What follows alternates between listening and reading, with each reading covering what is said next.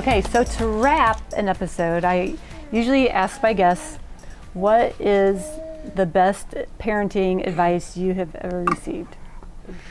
Or just insight. Doesn't necessarily have to be advice, but just somebody that clued you in on something. Like, oh, I'm so glad I knew that. I'll start. I have Okay. one. So basically, it's this too shall pass.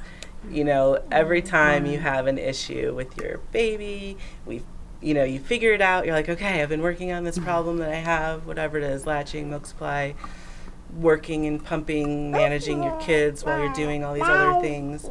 And then you get it figured out, and then all of a sudden you have a new set of issues that you're within. Yep. So, I mean, I feel like we're troubleshooters, like as moms, that's what we do. And breastfeeding kind of pushes that a little bit and forces you to figure out all those little details that make your life easier. Yeah. You know, so we're really all about troubleshooting as moms, you know, and when realizing when you're in the midst of it that this will pass. Yes. And then you'll have a new set of challenges to figure out. And that's normal. And that is, and then you have a teenager. Yeah. The way of the mother. Teenagers, right. This too shall pass. That's great.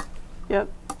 Mine was originally along her lines, but then thinking about it, I wish somebody would have told me in the beginning, and now I incorporate it in when I talk to people, is self-care.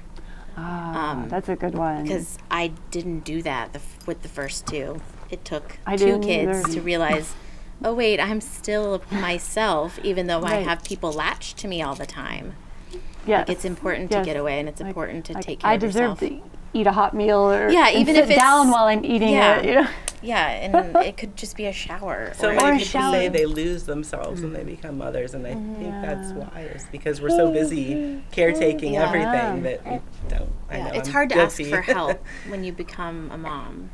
Like, you know that you asked for help before, but then once you become a mom, you kind of become this protective being that, like, melts into their children, and then all of a sudden you wake up and you're like, wait, hold on a second. Like, I have not exercised or brushed my hair in years. Right. Exactly. It's time to do that again. Pull back. Yeah. So I would say that's what I would want someone to tell me, especially with my first, is don't forget about you. Don't forget about you. I love that. Yeah. Anything spring into mind, maybe? No, but sometimes it's nice, like, if my husband would say it, like, you're a good mom, like, you're doing a good job, and that's nice. Yeah. So, Yes, that is very nice to hear that.